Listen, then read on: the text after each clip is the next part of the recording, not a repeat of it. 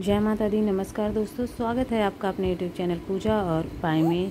सबसे पहले तो आप सभी को आने वाली चैत्र नवरात्रि की बहुत बहुत शुभकामनाएं। इस वीडियो में चैत्र नवरात्रि की पूजा कैसे करनी है संपूर्ण जानकारी आपको देने वाले हैं। इस बार कलश स्थापना का जो मुहूर्त होगा वो सुबह 6:13 से 10:22 तक रहेगा और जो नवरात्रि प्रारंभ हो रही है वो 30 तारीख से शुरू हो रही है, यानी 30 मार्च से प्रारंभ होगा। कलश स्थापना का मुहूर्त आपको बता ही दिया, 6:13 से 10:22 तक। अगर दोपहर में करते हैं तो 12:01 से 12:50 तक रहेगा मुहूर्त। पूजा जब भी आप स्टार्ट कर रहे हैं विधि विधान से, अगर आप 9 दिन का चाहें तो व्रत रख सकते हैं, नहीं तो आप पहले दिन और जो अष्टमी होती है उस दिन आप व्रत रख सकते हैं। जैसी आपकी शारीरिक स्थिति है, मानसिक स्थिति है, उस हिसाब से आप व्रत का संकल्प ले सकते हैं। कलश स्थापना जो है आप चाहें तो 9 दिन अगर व्रत रहते हैं तो भी कर सकते हैं, नहीं तो अगर केवल एक ही दिन जैसे पहला और लास्ट रहते हैं तो भी आप कलश स्थापना कर सकते हैं, क्योंकि पूजा तो आप प्रतिदिन 9 दिनों तक करेंगे ही करेंगे। तो कलश स्थापना आपके ऊपर डिपेंड करता है। तो अभी स्टार्ट करते हैं कि पूजा में करना क्या। सबसे पहले तो एक चौकी ले लीजिएगा, थोड़ी बड़ी हो तो अच्छा है क्योंकि सारा सामान फिर चौकी पर आ जाता है। उस पर लाल कपड़ा बिछा लीजिएगा, स्थान को शुद्ध कर लीजिए 9 दिनों तक। जो वहाँ पर भी आप चौकी स्थापना करेंगे शुद्ध स्थान थोड़ा स्पेस वाला देख लीजिएगा। फिर माता रानी की कोई भी फ़ोटो जो आपकी हो पास है उनके स्वरूप की, वो फ़ोटो को आपको स्थापित कर देना है। फूलों से नीचे अक्षत और चावल का आसन देके करना है। फ़ोटो स्थापित करने के बाद आपको कलश स्थापना करनी है। कलश स्थापना के लिए आपको पीतल का या तांबे का लोटा ले लीजिएगा, अगर नहीं हो तो फिर स्टील का लीजिए, वरना तो पीतल और तांबे का लोटा सबसे बेस्ट माना जाता है, ले लीजिए। उस पर आप रोली से स्वास्तिक बना लीजिए लोटे पर, और गले में मौली जो होती है कलावा उसको लपेट देना है। उसके बाद उसमें आपको जल भर लेना है, शुद्ध जल डाल लीजिएगा। साथ ही साथ में आपको सुपारी डालना है, सिक्का और हल्दी की एक गांठ, लौंग और फूल, ये 5-6 चीज़ें उसमें आपको 5 चीज़ें डाल लेनी है। कलश के अंदर में जल डाल लेना है, और क्योंकि कलश में माना जाता है कि सभी देवी देवताओं का वास होता है, इसलिए कलश स्थापना बहुत शुभ मानी जाती है। कि आप व्रत रखें ना रखें, लेकिन कलश स्थापना करेंगे तो पूजा प्रतिदिन आप कर लेंगे। इसके बाद आप उसके ऊपर आम के पल्लव, इस तरह से देखिए, नहीं है तो अशोका के पल्लव भी ले सकते हैं, उस पर रोली से टीका कर लीजिए। साथ ही हल्दी से कुमकुम से उसको टीका कर लेना है सभी पत्तों पर आपको। अब आपको इस तरह से एक नारियल लेना है, जटा वाला नारियल लेना है, हमको गीला वाला वैसे नहीं चाहिए, और उसमें पानी देख लीजिए अच्छी प्रकार से हो, क्योंकि 9 दिनों तक रहेगा तो जिससे ज़्यादा पानी रहता है तो नारियल खराब नहीं होता है, सूखता भी नहीं है। 9 दिनों तक हमको उसको रखना है। उसके बाद नारियल पर आप जो है चुनरी लपेट दीजिएगा लाल रंग की। अगर चुनरी नहीं है तो आपको कलावा होता है वो लपेट लीजिएगा, लेकिन ऐसे खाली नारियल मत रखिएगा लोटे के ऊपर। उसके बाद उसका मुंह आप जो है चाहे ऊपर की तरफ रखिए, चाहे जो पूजा करने वाला व्यक्ति है यानी सामने की ओर मुंह नारियल का रखिए। ये आपके ऊपर डिपेंड करता है, ऊपर और सामने की ओर दोनों तरफ नारियल का मुख आप रख सकते हैं। नीचे आप चावल का आसन दीजिए, चाहे अष्टदल कमल बना लीजिए, और उसके ऊपर कलश को स्थापित कर दीजिए। फिर आपको ज्वारे उगाने के लिए एक मिट्टी का पात्र ले लेना है, उसमें मिट्टी भुरभुरी मिट्टी अच्छे से डालिएगा। साथ ही साथ जौ इस प्रकार से ले लीजिए, और जौ को एक एक 2-2 करके ऐसे लगा दीजिए तो अच्छे से उगाते हैं, नहीं तो फिर आप ऐसे मिक्स भी कर सकते हैं ज्वारों को मिट्टी में। इस तरह से बहुत से लोग देखिए कलश के नीचे रखते हैं ज्वारे, तो आप वैसे भी कर सकते हैं, लेकिन अलग रखेंगे तो भी सही है। इस तरह से, क्योंकि हम ज्वारों की भी पूजा करेंगे तो नीचे आप आसन दे दीजिए चावल का और फूलों का, और उसके बाद ज्वारों को भी हम इस तरह से लगाने के बाद में ज्वारों को भी स्थापित कर देते हैं उसी स्थान पे। फिर नवग्रह आप बहुत से लोग जो है चावल और सुपारी से बना सकते हैं, आप वैसे भी कर सकते हैं, नहीं तो जो है आप इस प्रकार से नवग्रह मिलते हैं मार्केट में, आप पूजा की दुकान से नवग्रह आसानी से ले सकते हैं।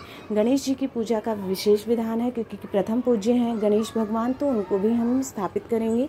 अगर छोटी मूर्ति आपके पास नहीं है तो आप सुपारी में मौली लपेट के उसको जो है अक्षत के ऊपर स्थापित कर सकते हैं गणेश भगवान के प्रतीक के रूप में। माता रानी को लाल चुनरी चढ़ा दीजिएगा, स्वच्छ होनी चाहिए, इस बात का आपको ध्यान रखना है। सभी चीज़ें आपने स्थापित कर दी हैं। इसके बाद आपको ज्योति जलानी है, एक दीपक जो पूरा टाइम अखंड ज्योत जलानी है, जो आपका पूरा टाइम जलता रहेगा। अब अखंड ज्योत जो है, जो 9 दिन व्रत रखते हैं उनके लिए ज़्यादा ज़रूरी होता है। बाकी जैसे जो फर्स्ट डे रख रहे हैं, लास्ट डे रख रहे हैं, उनके लिए ज़रूरी नहीं है। या आपकी अगर सामर्थ्य है तो आप अखंड ज्योत जलाइए, नहीं तो फिर आप सुबह और शाम जो है ये दीपक जला दीजिए, जो कि कम से कम आधा 1 घंटे तो जलता ही रहे। और इस प्रकार से एक ज्योत जला के उसमें तेल ज़्यादा डालिएगा। अगर अखंड ज्योत है या वैसे भी है तो जो दीपक जला के हम पहले पूजा से रख लेते हैं, क्योंकि दीपक हमारी कोई भी पूजा का साक्षी होता है। दीपक हमने जला के रख लिया है। उसके बाद फूल और माला हम चढ़ाएंगे। माता रानी को जो है लाल फूल अति प्रिय होता है, तो गुड़हल के फूल अगर मिल जाते हैं तो आप गुड़हल के फूल चढ़ा दीजिए, नहीं तो गेंदे के फूल हैं या और भी लाल रंग के फूल आते हैं आप वो चढ़ा दीजिएगा। बाकी सभी देवी देवताओं को आप जो भी आपके पास फूल अवेलेबल है आप उस प्रकार के फूल चढ़ा सकते हैं। गणेश भगवान को जनेऊ चढ़ा दीजिएगा, उस पर हल्दी का टीका लगा दीजिएगा, या फिर पीली जनेऊ हो तो पीली चढ़ा दीजिएगा। कलश की भी हम विधिवत पूजा करेंगे तो फूल उस पर भी हमको चढ़ाने हैं, साथ ही साथ में ज्वारों पे भी फूल चढ़ाइएगा, क्योंकि हम उसकी भी पूजा करते हैं और दीपक की भी, अखंड ज्योत की भी पूजा करते हैं। इस प्रकार से सभी चीज़ें चढ़ाने के बाद हम वस्त्र के रूप में जो कलावा होता है उसको माता रानी को वस्त्र अर्पित करेंगे, गणेश भगवान को। और जो कलश है उसमें हमने गले में ऑलरेडी लगा रखा है, कलावा तो अलग से चढ़ाने की ज़रूरत नहीं होती है। इसके साथ ही कमल गट्टे जो होते हैं धन वृद्धि का सूचक होते हैं, शुभ चीज़ों का सूचक होते हैं, तो हम कमल गट्टे भी माता रानी के पास में चढ़ा देंगे। धूप बत्ती, खुशबूदार चीज़ें, इत्र वगैरह जो है वो चढ़ा देंगे। और धूप बत्ती से क्या होता है, वातावरण जो है वो शुद्ध हो जाता है आसपास का, तो पूजा शुरू करने से पहले हम धूप दीप आदि लगा देते हैं। इसके बाद माता रानी को हम सिंदूर चढ़ाएंगे। उनके 9 रूप है तो सभी रूपों को हम सिंदूर चढ़ाते हैं। माता रानी को भी सिंदूर लगाया जाता है। बाकी कलश पे हम पीला चंदन लगा देंगे या रोली का टीका लगा देंगे दीपक पर, साथ ही साथ ज्वारे पे हम जो है पीला टीका लगा देते हैं। इस प्रकार से हम टीका चंदन आदि लगा देते हैं। और जो नवग्रह हमने बनाए हैं उनकी भी हमको पूजा करनी है, तो उन सभी को हम नवग्रह को भी हम शांत करते हैं। इस प्रकार से करने के बाद ठीक है, इसके बाद हम माता रानी को भोग प्रसाद चढ़ाएंगे। नवरात्रि का व्रत फलाहारी होता है, तो हम उस हिसाब से जो है मौसमी फल जो भी मिल जाता है हम वो सब चढ़ा लेंगे। केला है, सेब है, संतरा है, जो भी आपको आसानी से मिल जाए वो सेब आप वो अपने हिसाब से फल ले लीजिएगा। साथ ही ड्राई फ्रूट्स जो होते हैं शुद्ध और अच्छे माने जाते हैं, तो काजू बादाम आपकी ये इच्छा होती है और सामर्थ्य होती है उस हिसाब से ले लीजिएगा।